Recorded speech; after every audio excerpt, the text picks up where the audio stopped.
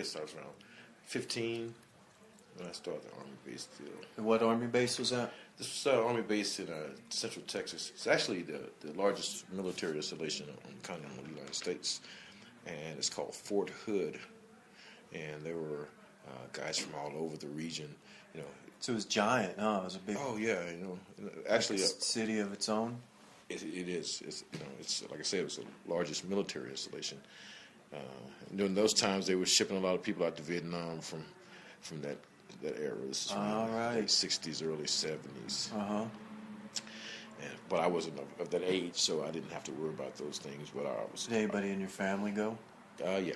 A lot of people from the neighborhood. You know, guys who were much older. Like I said, I'm just 14, 15 years old. 15 when I started my career on the base there. Right. And it's just really, I was fortunate enough to be around all the great musicians from around the country who would come to our area and settle down or be stationed there for a time, and it made for great music. So it was pretty much a military-based music scene? Kind of. Were all the players in the military, generally speaking? There were a lot. See, my hometown was like 32 miles from the military base. They had a town there called Killeen, you know, which is more. I would have to give that more of that title, Killeen, that title. But we were like the next little biggest town outside. Because, you know, when you're on base, you probably want to get out and go somewhere, get out of town. So our town was the next town. And gotcha. A lot of those guys would settle after getting out of the service in the area. So, and I had a lot of great musicians in my hometown, too, that were very inspiring, who also played with all these guys. So there was this family up the street called the Frysons, which Robert has been my dearest friend since then. Even today, I just love him dearly. He inspires me musically, and we're just on the same page. I just did a really great song with him, too, I'm going to put out here. It was called Way Back When we used to just play music, you know. Oh, really? Yeah. So you just wrote the song?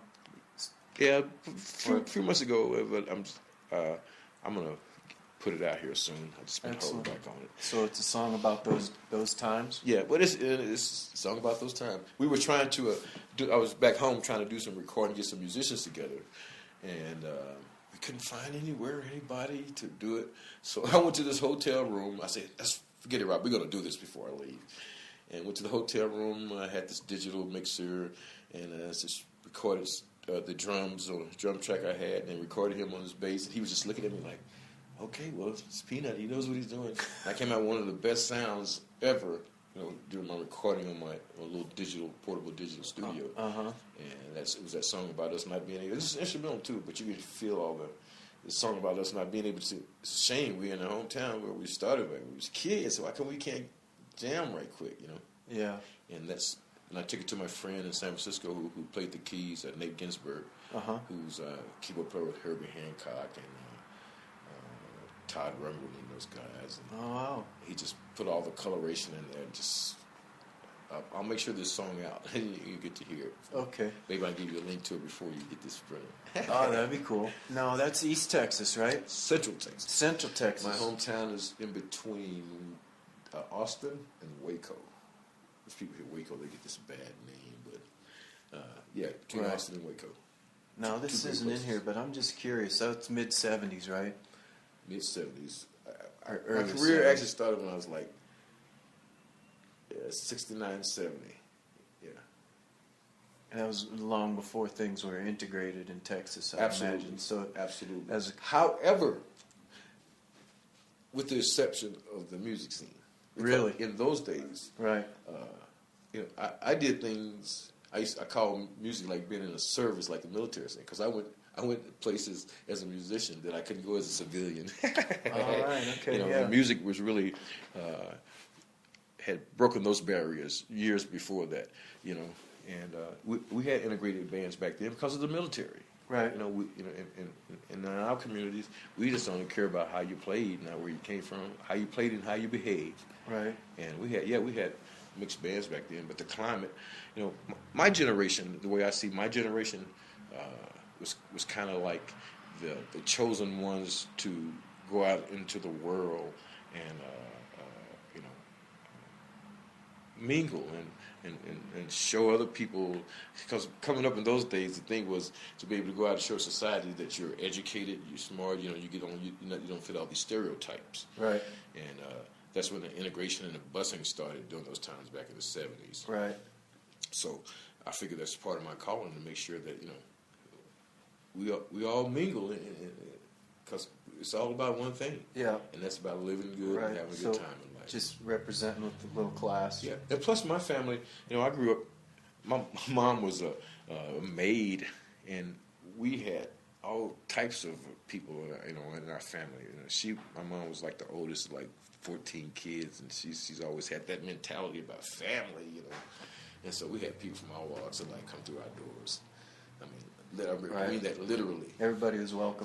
There was nothing. Anybody could come to my house. Even to this day, if somebody came by to my house and say, "Oh, hey, I used to play with piano." "Oh, come on in. You used to play piano." And so many people have been through my house. "Yeah, I remember you. You might not have ever been by that. Come on in. Make yourself at home Thursday or whatever." Now, back in those times, was that pretty normal, or was that an exception? Or it sounds like where you were from, it was pretty normal. I would say it was like I say, I wouldn't say it was abnormal, but there was a lot of pressure and tension in those times, during those times, making that transition, so to speak. Right. And it was only normal, and that's what. When I'm gonna use the word movement, but it's not a movement. But in this country, it's just like you look all over the world, people have been fighting within their things for freedom. But we were fortunate enough to have somebody come along and to show us another way to do that. And since that time, it has made this quote-unquote struggle much easier. I mean, we could still be taking up arms against each other if we had to start it back in the 60s. That's a hard one to forget, because when you start hurting people and killing people, it's not easy to forget about those things. Right. It's not easy to even accept apologies and forgiveness for those things. And thanks to people like my father and people before them who had the insight enough to do a non-violent movement, which was unheard of in that time, except for when Gandhi did it. Right. It really makes these times much easier to get to these points, because we still be fighting, picking up arms, just because somebody, So once you start it, it's a hard one to end. It's true, yeah. And we're fortunate in this country for that movement to be one of nonviolence. Now, what were you playing back in those days? Jazz mostly? What did they call it? Bebop? R&B? I think R&B was just soul music, it was called. Yeah. But then that was the jazz and the blues, heavy jazz and blues, from which the origins of that came from. And I used to listen to the radio all the time. So, one time, even though I was in the soul environment, Mr. Tambourine Man used to be my favorite song, Oh, yeah. Bobby D, right? Yeah. Or who's that? No, that was isn't that the Turtles? With Turtles, yeah. With everybody's covered that back, and it seems like all those folk singers. Yeah. I think Bob covered it. Bob with the Turtles or something? I don't think he was.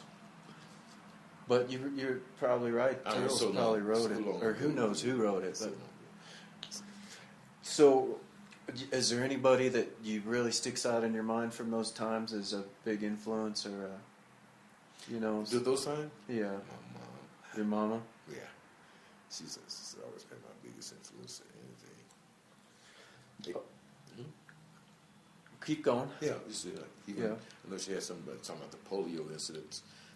Yeah, I was about to ask about that. How old were you when that happened? Well, I was 9 months old when they discovered that, So, okay. So I was very young. Not something you remember. No, nothing coming and say, "Hey, you guess what?" No, but the first, part of my formative years, I spent in what they call leg irons or braces, All right, yeah. And, but I wouldn't have had it any other way. I just had so much love in my home. My mom was the bomb.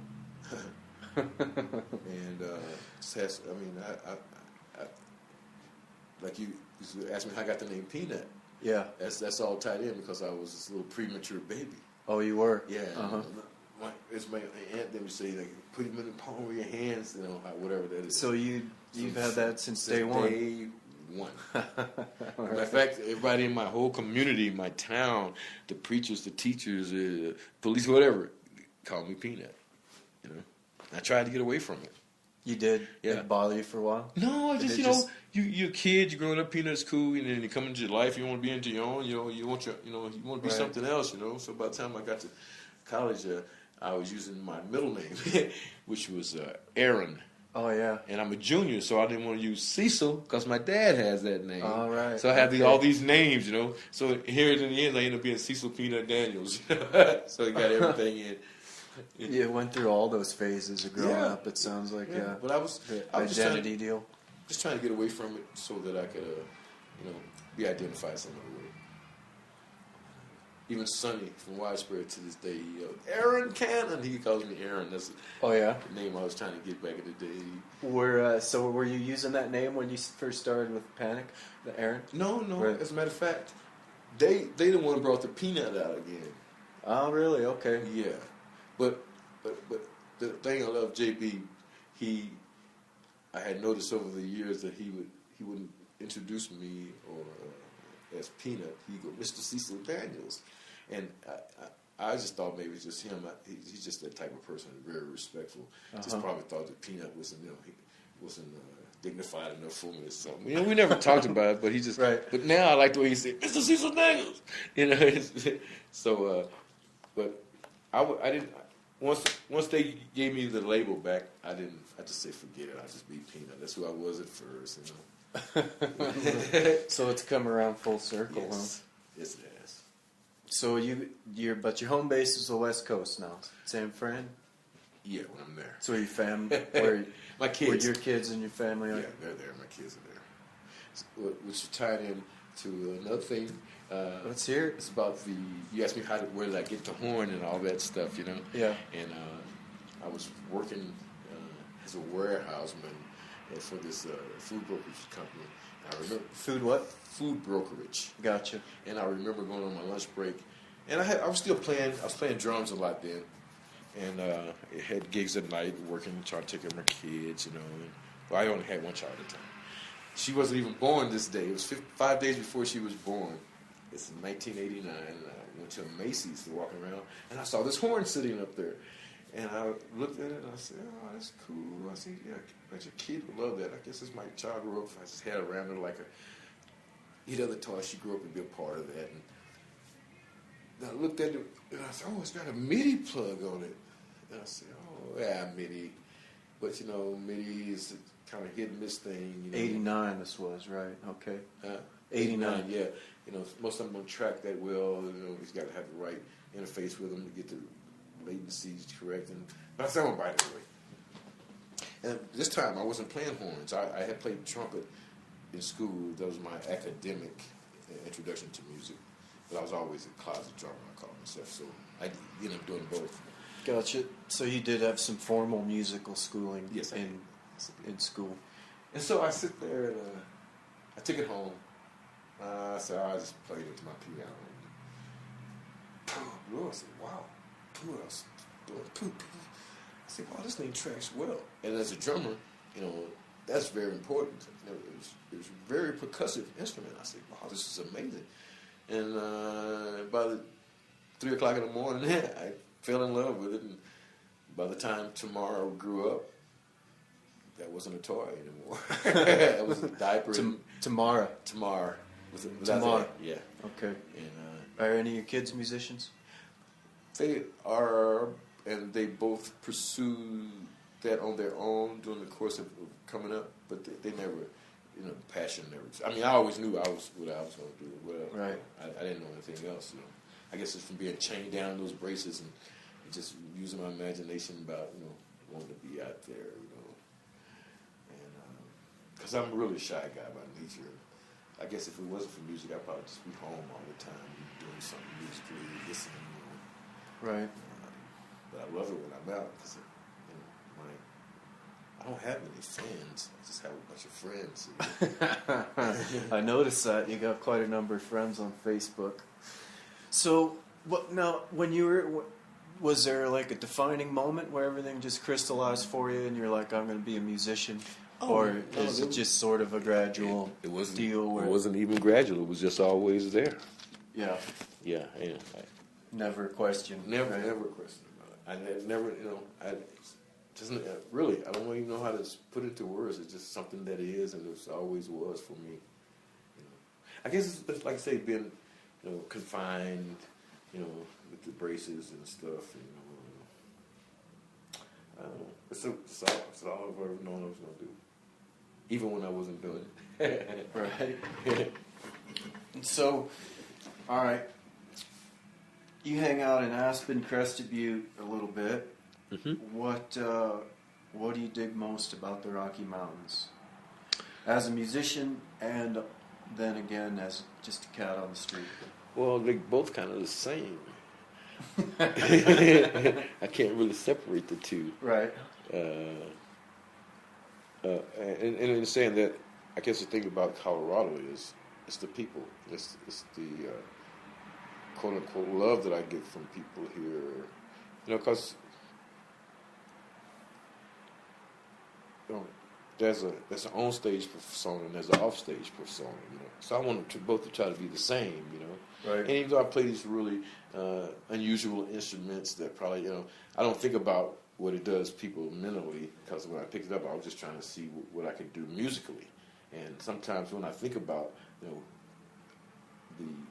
the nature of what I do and how I do it, I say, well, I guess it is kind of like, if I saw it, it'd be kind of like intriguing, so to speak, But I only do it because for the sounds, not because it looks like what it does.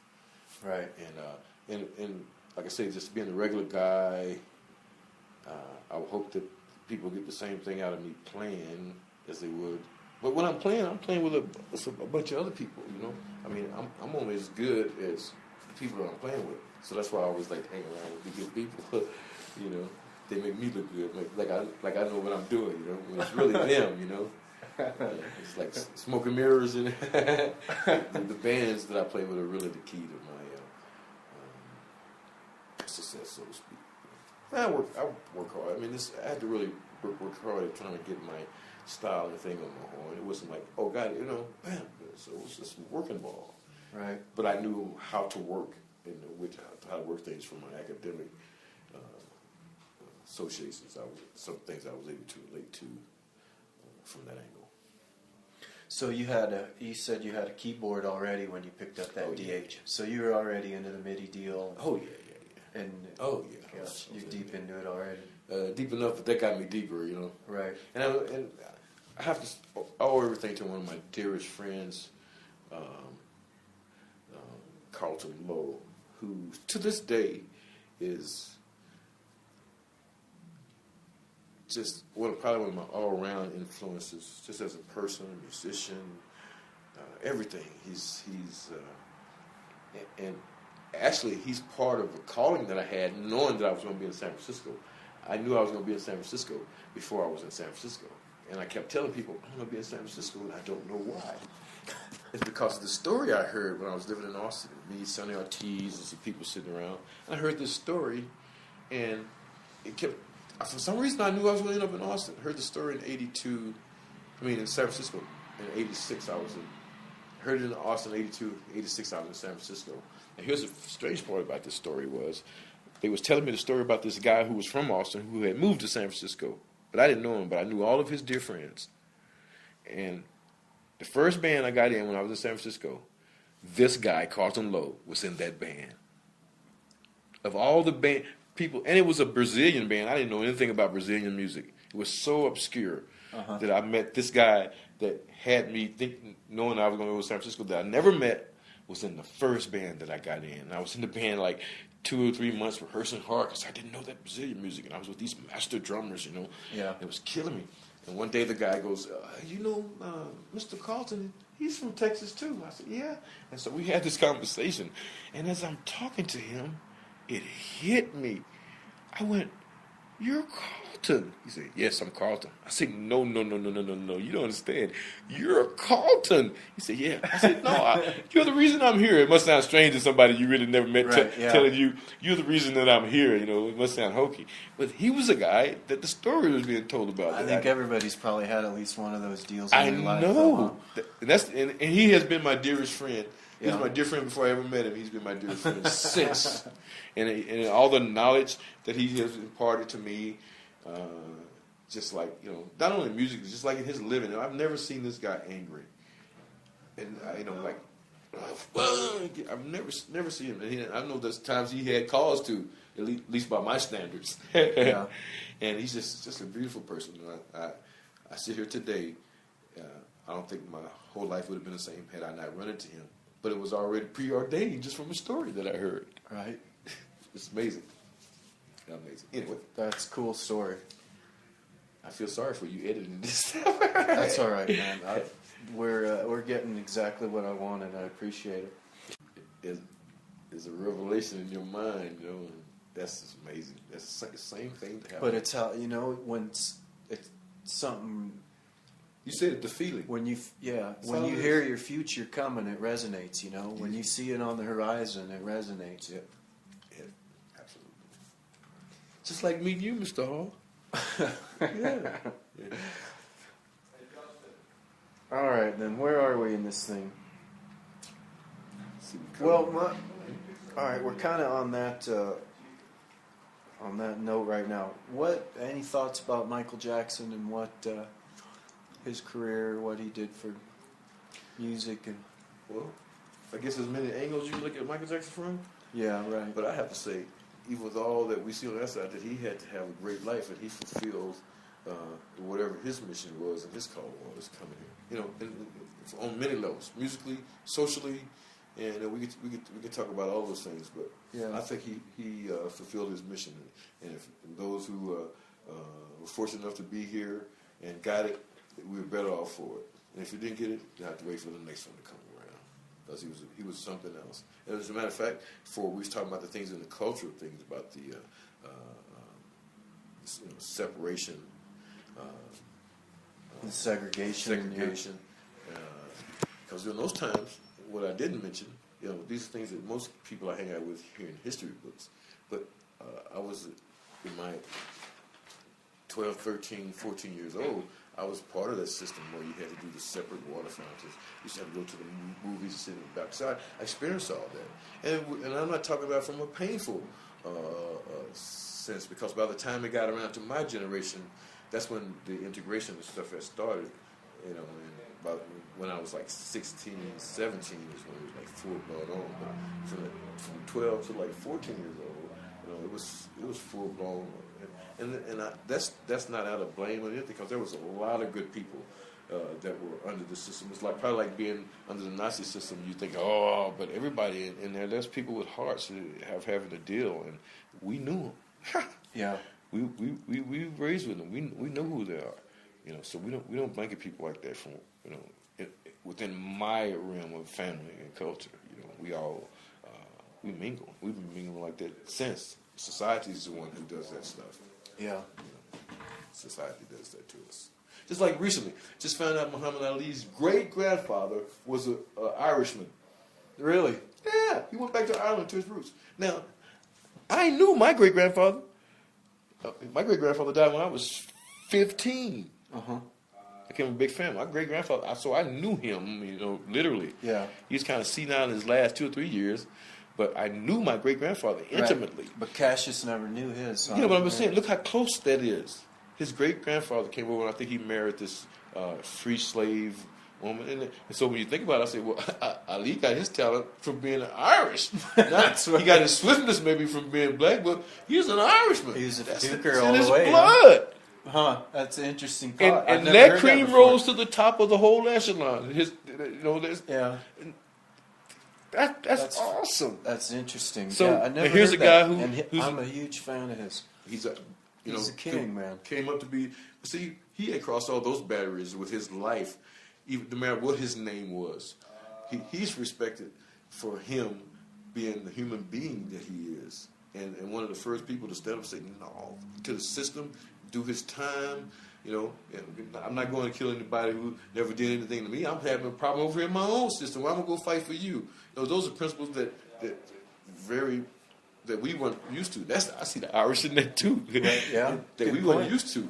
Because we've been suppressed. We've been a suppressed people for a long time, and having that's another thing to talk about how you mix stuff together and get something out of something that you wouldn't get out of something. And that rose to the top of all those principles, not just being black or Irish. The principles of standing up and saying, no man, other man, if do to me, and you can do whatever you want to do to me because I'm not going to fight him just because you said so. Because look how you treated me.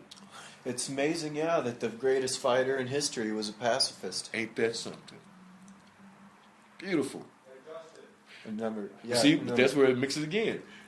The pacifist side or the fighter side, but fighting for a right cause. That was a fight. Not to fight. Right. When you're a fighter. That's deep. It is deep shit, man. That's where his standards come from, not the fact. But the fact that he was Irish. That's crazy, huh? It all makes sense now. Think about this. The footwork. Irish jig. Think about it. I'm thinking about it, man. I love it. You see those Irish I love it. I hear it. Stuff? Yeah, you're right. You're right. I love that Irish dance, too. Now, do you think he had... Now that we're on the subject of Muhammad Ali, do you think he had any influence on rap with his rhyming and just out of curiosity? No, I don't think Ali's stuff was considered as much like rap as it was poetry. Poetry? Yes. Not to say that rap's not poetry, but the connotation with the rap thing, the influence came from other angles, like this group called the Last Poets, which is a whole other different thing. There were also there were some comedians that sang that rap. I was listening to that the other day. The other stuff that was going on that were more influential was singers, but he was more of a poet. I agree. I Yeah, consider him more of a poet than a musician. Yeah. He has the record for the world's shortest poem. Which one was that? He was. Feel like a butterfly, sting like a bee? No, he was doing a commencement address. I think a graduation deal for a college, and somebody the audience shouted out, "Give us a poem." And he was standing up there, and he said, "All right." And he said, "Me, we." And I believe that's in the book for the shortest poem. Well, anyway, that was an amazing discovery just recently, less than a month ago. He went over and visited the village. And I didn't know that. Everybody How welcomed cool. him. And all those people welcomed him until he was the prodigal son. Did he have an influence on your life at all? How old were you? When... Okay, I was just around the same time as the music kid, just a kid. As a matter of fact, I disliked him when he first came out and tried to change his name. This was a hard transition. This is a struggle of identity. Like before then, James Brown had to come along and let us be proud of the term black. Before then, you couldn't call quote unquote black and black. He was either a color or a Negro.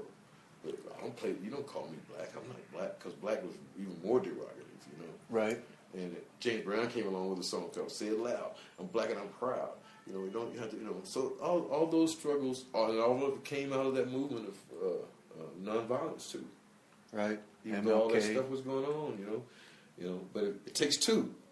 And if one side ain't doing it, then that's just going to magnify either side one way or the other. I mean, it's a hell of a philosophy, and there's a lot of sacrifices to make you go through something like that. Flea from the Chili Peppers says, "I'm a pacifist, so I can fuck your shit up." I've always loved that quote. That's a good one. Because you take away that opposition, man, and the other side just has no option but to dissolve. That's right. Every force, there's an equal and opposite force. If you take that out of the equation, man. Well, thank God for Martin Luther King on those aspects. And like I said, his struggle wasn't just for us. His struggle was for all oppressed people. Yeah. We're just a great example. If we can overcome this, you can too.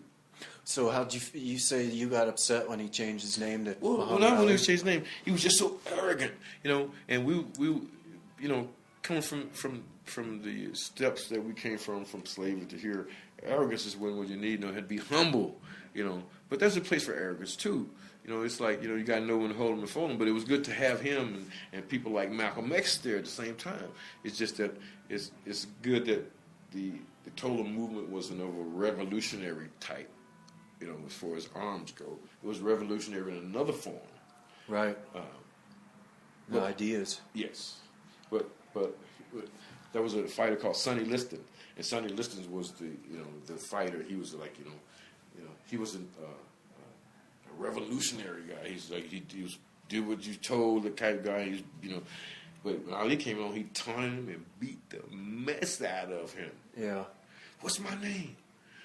That's right. Yeah, I've seen those clips. Beat that man. Picture the guy with Ali over listening like this. Say, oh my God, how can you do this? And talking noise to him. Yeah. But he was talking. He did that. It wasn't a personal thing. It was about the system and the way we've been thinking. He wanted to, we got to, for us to move forward, we got to have a little bit of this in us too, And that's what that was about. It was more of an identity thing than it was about being a fighter. Yeah. The Irishman prevailed. Well, man, I'm glad we went there because I love Muhammad Ali. Well, you look up at Muhammad Ali and his roots. I will. McGrady, whatever his name is. You shouldn't steal a man's bike. It ain't right. So, all right, let's move on to this Mo Boogie gig then. Okay. How long you been doing the Peanut Gallery now? It's been 6 months maybe. Just this summer then? Yeah. Started in the spring? And it was kind of like another one of those things about going to San Francisco. I remember crossing my mind. I said, man, I play with so many different people. I should be trying to interview some of these guys. Really? Yeah, it crossed my mind. So it's one of the things that stuck in my mind. And one day, here a while back, I was at this party where Drew was. And he goes, hey, I think you'd be good at it. It was just tripping me out hearing him say that because it already crossed my mind. Right. And the next week, we was rolling. No kidding. And it just flowed. And he says I'm good. People say I'm good. I always try to think about everything that I do, even playing my horns and try to get the best out of it. But they say I'm a natural, but inside me it ain't really natural. You got a great voice, though. Have you ever sung at all? You ever been a singer? Yes. Yeah? Yeah. And I've a lot of songs I've written, but I don't sing them like I know how they should be felt. I've done a lot of work with a friend of mine back in the Bay Area, Terry J. I just released some of those on YouTube that I've done with him. It's a lot of most of my stuff is socio-political stuff, but I do have some love songs. But most of my stuff is socio-political. Yeah? I'd like to check some of that out. Yeah, I'll make sure you get some of that. So it's the first time you've ever done anything like that then? Interview people? Yeah, on this level. Yeah. Yeah. Other than just sitting around, in the back room shooting the shit. That's the way I see it. Yeah. We want to get it like a back room shooting the shit type of environment. So Right. it's sterile, like, well, yes and no, kind of. Informal. Yeah, and that's why I like the playing part of doing it, It's just a perfect segue to doing this. And Drew, it's just been really, really, it's just good for me in the angle of creative part to be able to kind of like sharpen this part of my musical involvement. And it's difficult, really. It's not really easy. I can imagine, because the cameras are rolling. Yeah. So it's just like here's one I did. I have to get in touch with Big Head Todd to apologize because I've got notes giving him an interview, but they're not interviewed by him. It was somebody else, and I was interviewing him from the notes I had. Like, so well, I heard you had this website where you had these hats you was giving away, and how's that going? He's like, huh? Really? You got the wrong notes? Oh my God! And this other guy was with him, and I said, well, what about you? Have you heard about this website thing? He goes, no. It's on my book. Oh man, it's embarrassing. It's embarrassing. So have you learned anything about musicians in general from these interviews that you didn't know before? You feel like Yeah. For example, just like with Chad, when I had the interview with Polytoxic, him said some things about what he was doing when he was younger, how he got his first. He's had a really nice studio now. How he got his first little two-track thing. He was back and forth, so he always been delving in that and it came to life like the same thing we talking about. And here he is making records for people, right. and that was nice to know.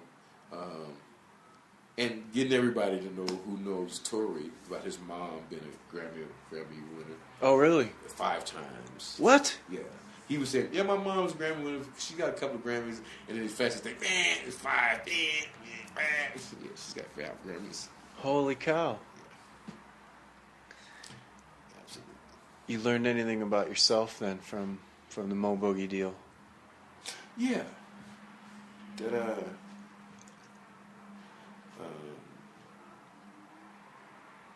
I could do it. Were you nervous at first then? Were you a little apprehensive? I'm nervous all the time. Yeah. But it's my nervous energy that's my performing energy. Right. It's not me, because me personally, I'm a shy guy. I'd be sitting over in the corner with some headphones on, whatever, Right. But my nervous energy is the energy that's my performing energy. You got any rituals or anything? You get rid of that before you play? You just do your thing? It's there. It's part of me, so it does this thing when it's time to do this thing. Really, I don't even. I can sit out and say I don't play my horn. My horn plays me. It's just, I'm really an instrument, and I do. I go to shows. I look at those instruments playing all those people. Oh, look at them, boy! They're bass playing the shit out of whoever, And that's what it is. Because you can talk to some guy, and I'm a musician. And, come see me playing, Then the guy comes out, see, bust out, man, I never knew that because he's not giving you that when you're just in a social setting, Right. Whatever that is, that's reserved for a special time. I never had any idea that you would. Right. Yeah, you seem to hear that a lot, Yeah. I remember the first time I met Vince from Leftover Salmon. I was pretty underwhelmed because his stage persona is just over, he's phenomenal, fantastic. You meet him as a guy, he's just a normal guy. Yeah, that's the energy you're talking about. And it's there for us all. It belongs to us all. So, we're finishing up here. Is there anybody that you haven't played with that you really'd like to sit in with, you think? No, because I will. Yeah. If I can tell you,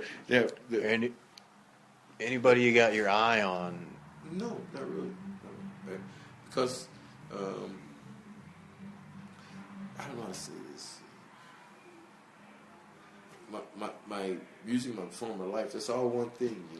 This in my music career, there's other things that are happening at the same time that are not on stage, but are still like music.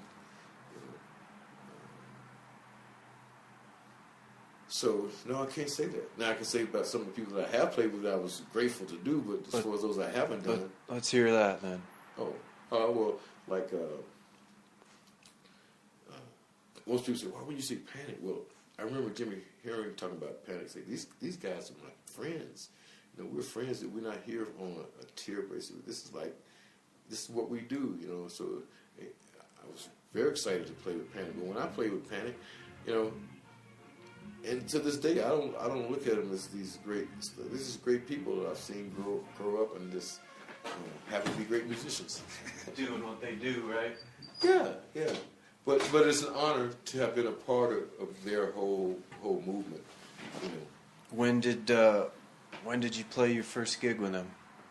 It was like 91. They played this gig. I think it was at the Catalyst. And, they were tiny then, huh? They were unknown. Well, they always been big to me, so. Yeah, but I didn't know about the movement that was going on with them. Like even most of the songs that I played that I love now, I played on the spot. I never heard them. They just called, we're gonna do this song, but now all those songs mean so much to me.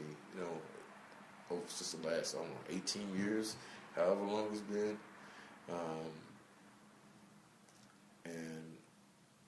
But all those songs came to me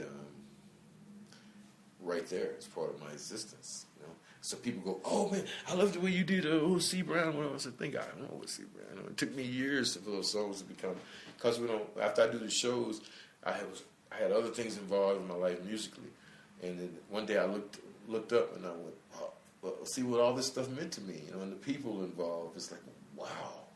Actually, my scene today is not too much unlike my scene back when I was telling you back in the days when we were making transition calls. These are the people I hung out with. I was hanging out with hippies.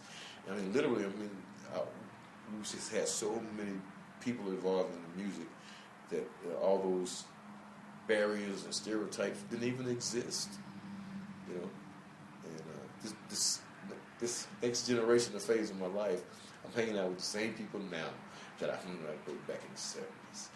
In essence, Five huh? lines, you know. Yeah. Same. I met you back in the 70s. See, when you live as long as I have, you can say these things. I mean, most of the people I hang out, I'm going to be their father, you know. Right. But Papa. yeah. That's another story. Any particular Panic gigs that really stick out as just really... They're all great for me. When I hear the songs, I can remember where I was, what was happening on the stage at the time. Yeah, when you... It's just it's ingrained. However, probably the most... They're all great, but there was the one when they was playing the Greek Theater, and Carlos Santana came in that day. Uh-huh. Now, I had... No. Yeah, this is the truth. I go to the gig to really support my friends. I don't go there and say, "Hey, I'm here. I want to play." I always do it by invitation. I always turn down the first one. They're like, "Oh, well, you too good for us," or something like that. I'm joking, you know. But I'm here to support you. You know, I'm not here just to be on stage, be seen with you, and all that kind of stuff. You know, because I play music to be felt, not to be seen anyway. You know, right? I play in an orchestra pit and get just as much satisfaction out of seeing how music can manipulate scenes as I do from being in front of 20, 30,000 people. But so Friday and Saturday I played. This is how Magic Panic is. I played with them that Saturday. Now, there was a friend of mine from San Diego when I used to live there. He the one that got me into reggae music. To me, I really didn't understand reggae music when I first heard it because I was more like a fusion guy and it wasn't, excuse me, progressive enough for me. But it was actually the words that really made me appreciate the music. It wasn't another way around with reggae. Right. It was a spiritual thing to me, and it was.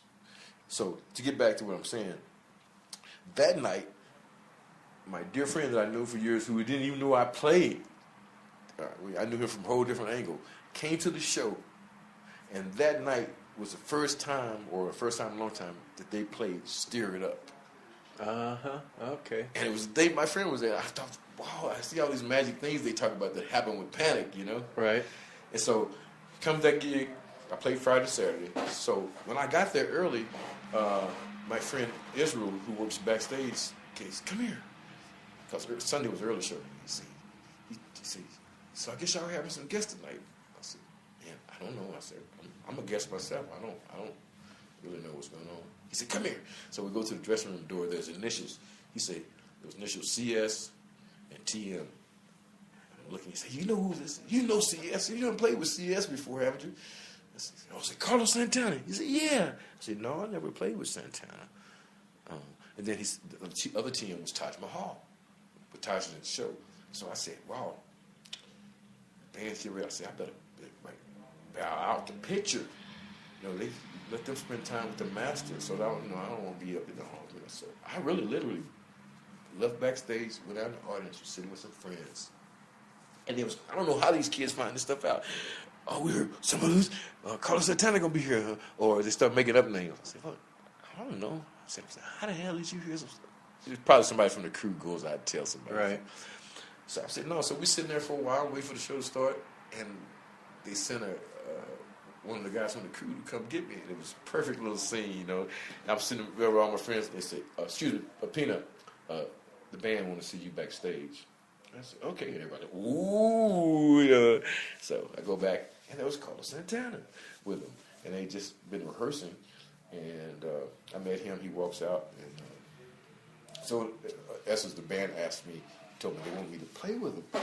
I said, "Well, cool." I said, "That's cool." So he said, "We want to do pieces."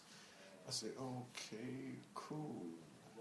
And I said it like that because of all the songs that I ever played, Pieces was the one I figured that I didn't express myself on properly because it was in a major mode, and I hadn't quite captured my major mode feel for some reason. And so I never said anything about what to play. They was telling me what the key was like, and I played it. Right. But this time, I was here in front of Carlos Santana, so I said, so I did say something. I said, you know, guys, I say, you know, I'm always grateful and honored to have me play, and I never, complain or say anything. But can I do something else other than Pieces? I say the reason why is I just don't feel like I expressed myself on that song that well. Therefore, I figure I don't do you justice. I said, matter of fact, we just played it at Red Rocks a while back, and I just felt terrible when I got off the stage. So, you think maybe we can pick another song? and Mikey looks at me and goes, "Well, now's your chance to redeem yourself." What do you say to that? Not much you can say. Either you don't play or you play. And it was like a tough one. And I played it, and I still didn't feel good about myself. Yeah. So it took me another couple of years, for some reason, I don't know how long, for me to capture that mode. And I always thought about the song. And every time I hear the song, I cry. Because I hear Mikey. And matter of fact, there was a gig at Red Rocks after that, after Mikey had passed away, that I was playing. And they was going to do Pieces to open up. And George, it was the spirit of Mikey, heard him go, "Hey, why don't we have Peter come up here and do Pieces?" And I went, "Why?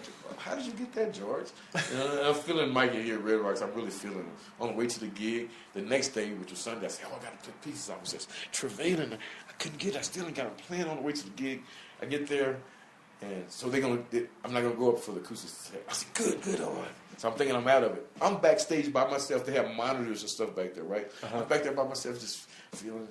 And all of a sudden, I said, "Damn, I ain't doing it. I'm not doing it right. I think I'm got out of something because, damn, I can feel Mikey there with me. I'm going, man, I feel bad. What am I gonna do? What am I gonna do?"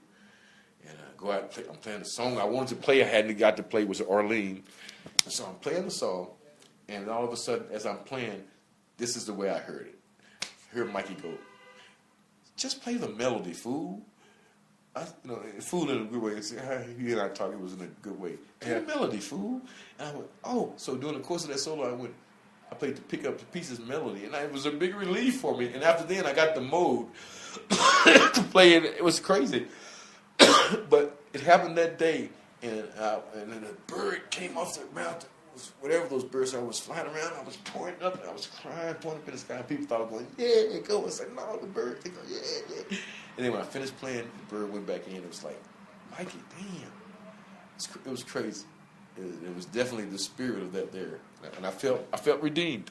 So yeah. That's my redemption song. Pick the Pieces. It is. All right, man. All right, anyway. I love it. I feel sorry for you editing. Oh, dude, thanks so much for doing this. Anybody you want to shout out to? Yeah, I want to give a shout out to my sister. Today's her birthday, and I should be with her. And she's real good about it. And I just want to say happy birthday to my sister, Elizabeth Ann.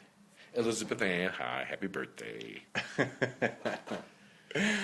All right, buddy. Thanks so much, man. And my two beautiful daughters for being such beautiful girls. What are their names? Tamar and Cecilia. Tamar's the one I bought the horn for. I told her how she's like 6'3" now, and I have pictures of her when she was a little one. I'm holding the horn up, she can't get it. Now she can hold it up, and I can't get it. It's the truth. She's so tall. I mean, her arms are so long, I can't even get it out of her hands. So she's paying me back. Oh, and I like to say hi to all the people who have been supporting me over the years. Guys like Jay Bianchi and Steve Johnson, who had venues, kept me in a light and took real good care of me. And I want to say hi to Brian too. That's a whole nother interview, Brian and I. Loftus? Yes, we have so many parallels he's like He'll love hearing this, man. he's scared. Man. I wanted to say it earlier. He's kind of responsible for this kind of coming into fruition here. He's been the catalyst for this to happen, you know, and Yeah. getting to meet you just is I such a want beautiful to shout person. out too. He did make this happen. Yes, he did. I mean, he made this happen before I met you. He put you on me like a bloodhound. And I hope that he can get the next one from you, because he's just a beautiful person on and off stage, and I mean that from the bottom of my heart. Oh, we ran out of tape. Sorry, Brian, we ran out of tape. Oh, shit. Thanks so much, buddy. Thank you. I think it was a good call on the film. Maybe you could like just give a link to Mo Boogie for other stuff. Yeah, all that, you know. I mean, this is great. This is the sort of stuff I want to talk about. The Mo Boogie, the interviews are awesome, you know. But man, getting Muhammad Ali in there And just tying it into relationships. man, music is so much more than just getting drunk and you know and being seen, like you said. Which one could be saying the same? Music has changed the world. That's man. right. It's changing the world every day. It's music is probably one of the biggest ones, but it's not just music. Let's take boxing. Let's take Ali and his calling. He was able to do that through boxing. And now his whole facade is not of him being this battle. It's him being this ambassador. You know, people from all walks of life. All walks of life. Respect that man. It's true, man. And they don't respect him because he's this. They respect him because he's this. You know, Yeah. his boxing career is really secondary to him as his behavior as a human being. Secondary. It would put him in the light. It's like music. Music is just a vehicle or a tool for other things that you know that can be manifested. I mean, music is something that's unseen. You can fill the whole room up, but it's unseen. But you can with that tool or whatever your thing is, you can manifest the physical of that. And that's likewise, whether it's a good thing or a bad thing. What do you all right, so it can cross over, but so it's not music. It can be boxing, or it can be Whatever basketball, or it can be football, or however it can your be calling boxing, uses you. So what do you think is that key ingredient that is necessary to make that happen, despite whatever discipline it may be? What do you think is that magic key ingredient? Spirit. That encompasses everything. It's like the human, the physical manifestation would be that it's like DNA. It's messages that's already in you that's been passed down since eons. And you mixing genes and all kinds of stuff, and sometimes, you know, for example, I tell people about having kids, like there's intangible stuff that's passed on, like knowledge and wisdom. You can't. How do you identify that? But usually, if you're the child of an older parent, you possess more than if you possess more if your dad was 45 or 50 than you would if your dad was 18 to 25. Because he can't give you something that you don't have. He don't have that knowledge and wisdom of a 45-year-old man at 18. That shit's passed on. That knowledge is passed on. Yeah. Yeah. That's like a great I told thought. You, if you look around, you find out that some of the coolest, well-rounded people are children of people of older parents. Never really thought about that. You know, the consensus I always hear is that, oh, you're too old to have a kid. You won't be able to relate to him anymore. You know, You ever see those kids that are old souls? and I never bought into that. Yeah, I'm like, bullshit. You know, a kid's a kid. So you know, you don't understand why he walks around with his pants in a sag. That really isn't that important. You know, that's style. That isn't substance. Yeah, for them it is. Yeah. I can remember when they used to complain about us when we did things. And I'm sure my parents remember that's just the norm. Even the whatever it is you fight against, and usually in those cases against society and tradition. Because tradition is what can keep you from fulfilling your godly calling. Tradition is probably the worst thing. against you for that. You say it'll hold you back. Yeah, just with Ali, what he was doing. That's what Chris Robinson says. Yeah, tradition is You ever played with the Crows? You ever met those guys? No?